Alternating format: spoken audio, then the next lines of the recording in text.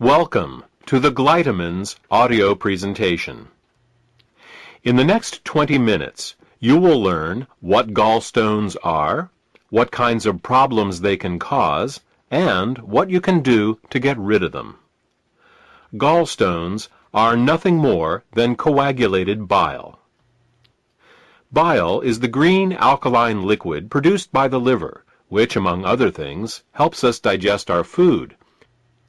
The liver produces about a liter of bile a day and stores it in a muscular sac called the gallbladder. The gallbladder then squirts this bile down a tube called the common bile duct into the small intestines to mix with the food that comes from the stomach. Well, that's what's supposed to happen. Unfortunately, with nutritional deficiencies and exposure to certain toxins, bile can thicken and form what is known as biliary sludge. When this biliary sludge forms, it makes it very hard for the gallbladder to get the bile into the small intestines. It's like trying to squeeze glue through a straw. It is out of this biliary sludge that gallstones are formed.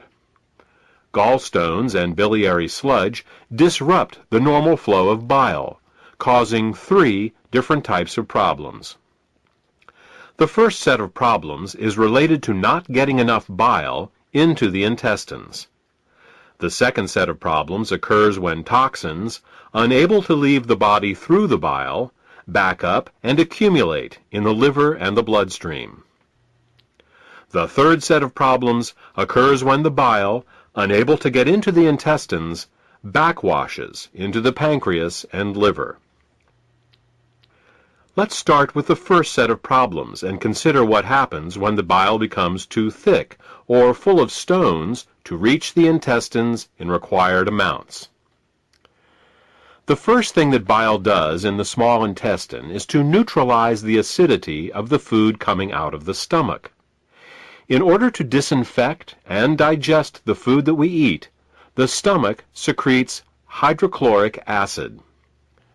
Did you ever wonder why the stomach doesn't digest itself? It's because the stomach has a special mucus layer that protects it from this hydrochloric acid.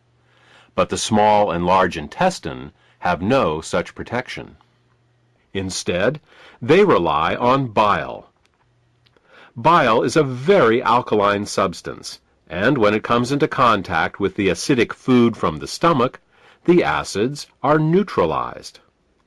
If bile can't get into the small intestine in required amounts due to biliary sludge and gallstones, then stomach acids in the food are never fully neutralized. They can cause acid burns along the entire length of the small and large intestines, all 30+ feet of them.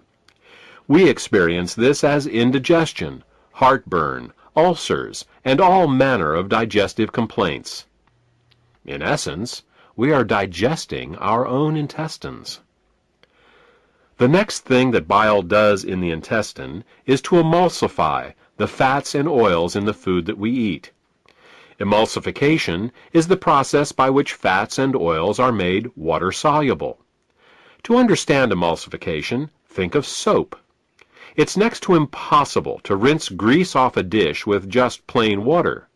But if you put a drop of soap on the dish, the grease washes right off. That's because soap is an emulsifier. It's what allows fats and oils to mix with water. Bile is the body's natural emulsifier, and it is what allows us to digest the fats and oils we eat. Without this emulsification process, essential fats, oils, and all the fat-soluble vitamins we eat become very difficult to absorb. Without adequate bile in the intestines, a person can end up suffering from malnutrition, regardless of the quality and/or quantity of the food that they eat. If eating fats and oils gives you indigestion, or if you have difficulty with food absorption, it could be due to biliary sludge or gallstones. The next thing that bile does in the intestines is to stimulate Peristalsis. Peristalsis is the rhythmic, wave-like motion of the intestinal muscles that moves the food through our digestive tract. If you don't get enough bile into your intestines, you're bound to be constipated, no matter how much fiber you eat.